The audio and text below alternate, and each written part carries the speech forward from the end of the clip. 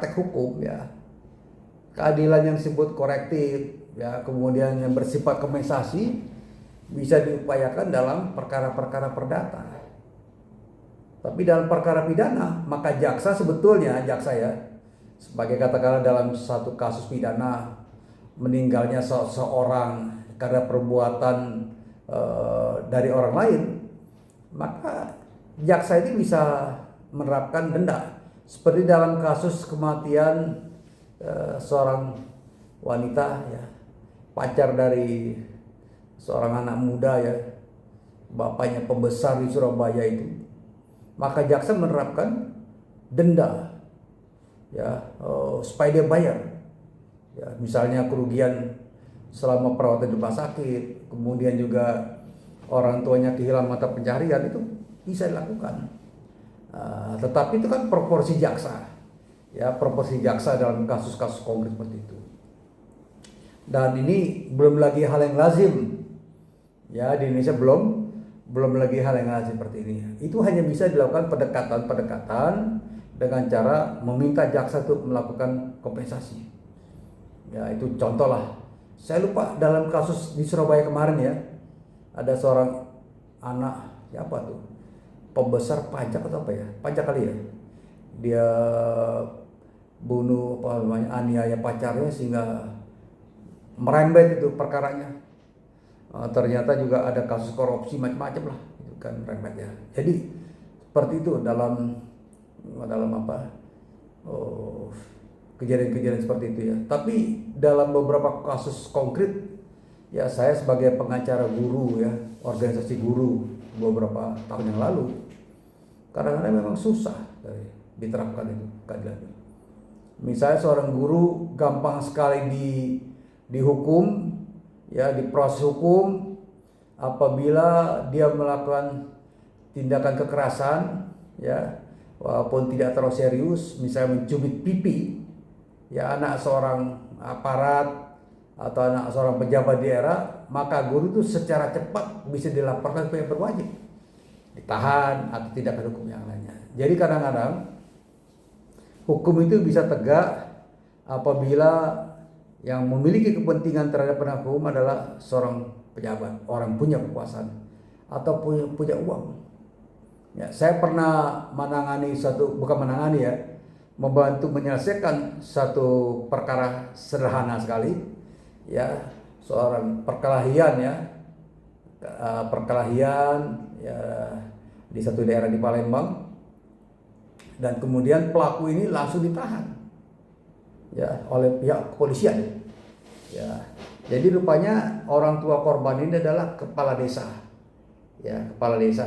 Jadi kepala desa itu di desa punya kekuasaan, dan kemudian dilakukan tindakan hukum penahanan tanpa surat penahanan, tanpa surat penangkapan, dan peristiwanya sudah berlangsung 7 hari. Jadi saya dapat ketika saya ada kegiatan di Palembang, saya diminta oleh seorang kawan ya, mantan alumni S2UI, diminta tuh cobalah datang ke daerah itu. Jadi saya bersama dan saya ketemu dengan Kapolsek. Saya bilang ini perkara besar, bukan perkara kecil. Ya, pelanggaran serius, orang ditangkap, ditahan tanpa surat, spesial pun juga, sejarah pun surat. Jadi karena dia menyadari dia berhadapan dengan orang yang lebih mengerti persoalan hukum, jauh-jauh dari Jakarta, maka anak itu langsung dilepas ya kan. Tapi dia sudah mengalami kerugian, sebetulnya bisa tuntut di pra-peradilan atau bisa lapor ke Propam, tapi kita mengambil jalan tengah, udah yang penting anak ini bebas kira-kira. Jadi kalau menurut Aristoteles ini, inti manusia moral dan rasional adalah memandang kebenaran sebagai keutamaan hidup. Dalam rangka ini manusia dipandu dua pemandu, yaitu akal dan moral ya. Jadi akal dan moral selalu berdampingan ya kan. Akal memandu pada pengenalan hal yang benar dan yang salah secara murni serta serentak memastikan mana barang-barang materi dianggap baik bagi hidupnya. Jadi akal memiliki dua fungsi, yaitu fungsi teori dan fungsi praktis. Kira-kira kayak gitu ya. Jadi teori Aristoteles tentang hukum dan keadilan merupakan teori yang relatif lebih sistematis dan lengkap dibandingkan dengan Plato maupun Socrates. Ya, bangunan argumentasi atau kerangka analisisnya pun begitu jelas ya. untuk seperti ini. Jadi pengertiannya pertama, ya ini yang menurut saya bisa dilihat di buku di halaman 46. Menurut dia kaitan logis antara mutu negara dan perilaku hukum seorang warga negara. Kalau Socrates membuka peluang eksplanasi tentang kemungkinan ada kaitan logis antara perilaku taat hukum dengan penghormatan seorang individu pada negara.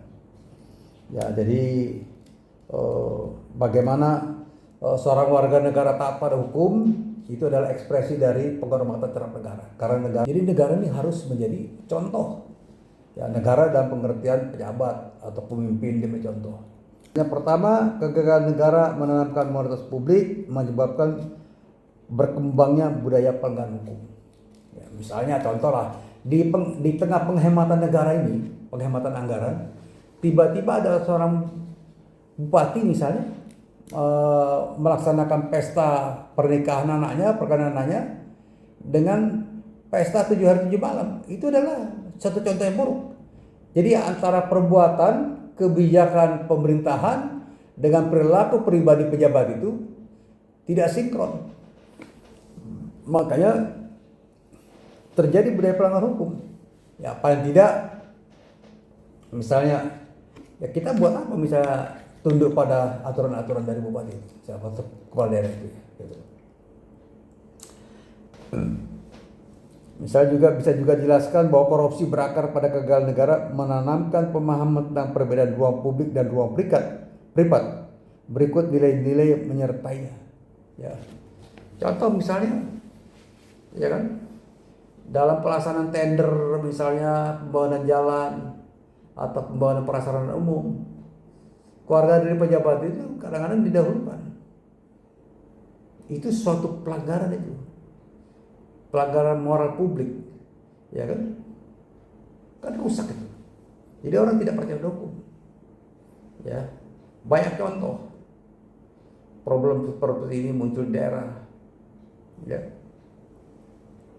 misalnya karena adiknya menjadi bupati, maka kakaknya memborong semua catering Pemda misalnya, ya kan walaupun praktis tapi itu pelanggaran. Kenapa nggak ditender atau diberikan pada orang yang lebih ini? Nah, kan jelas bahwa ada aturan dilarang membunuh. Ya, tapi peristiwa itu terjadi. Maka rasionalitasnya bisa dikatakan ya, rasionalitasnya bahwa misalnya orang berkelahi. Ya, yang satu pakai golok, yang satu pakai kayu.